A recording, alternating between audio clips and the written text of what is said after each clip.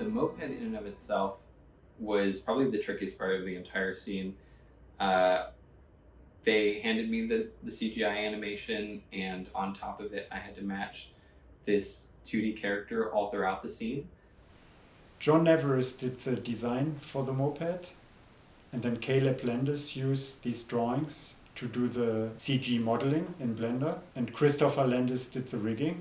Like, it was really useful to bounce back between TVPaint and Blender when I did the CG animation, and see it on the background. And then if it didn't quite match, I kind of knew right away which adjustments I would have to make to the camera in Blender, so that it would work better. I added a sphere in Blender to indicate where the head is going to be. And then the first thing we did was we assigned the moped driver to Quincy.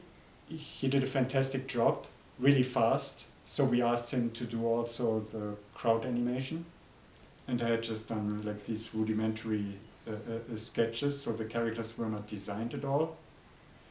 So we also asked if he would be interested in designing his own characters. Matching it evenly throughout was its own process, which made it a lot easier whenever I went in and wanted to add little details like his little sleeve billowing in the wind, and how his head turns in perspective to really sell the solidity of the character. But in the end, I managed to keep things pretty solid and followed the dramatic perspective shift. And I felt like I learned a lot just by doing it. The first step is layout. We have all of these characters and we know the technical side of what's hiding where things start and go through the scene.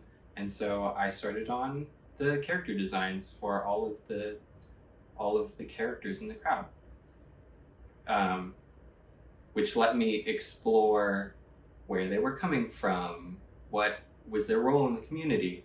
It was fun to add in the little moments of a family eating ice cream together, sprinkling around cats, which would be a staple of an Istanbul street, and really adding to the immersion of the scene, where people are running out of the way of this moped that's speeding through the shot. And at that point, I had a really good guide to make sure that I could add little details without anything becoming inconsistent. A lot of the development of the little fine details, like how a character looks, how they raise their eyebrow, that falls on us, and it's something you develop from the rough stage to the cleanup stage all the way into color in this instance. And in the next part of the shot, we lock up into a scene where Starling pops out of a potted plant and first notices the semi-cellar. And it was really cool to be able to, one, work with Starling, the main character, but two, also to explore her curiosity and bounciness as she pops out and the leaves like a fly. And she first notices the semi-cellar, which that in and of itself was a challenge too, because the cart he pulls is CG.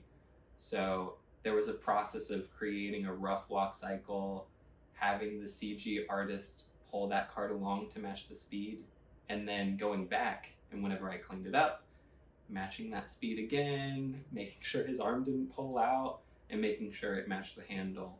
I think this was my first time animating Starling, but I could see her pop out of the pot in my head, and I wanted to throw the leaves out.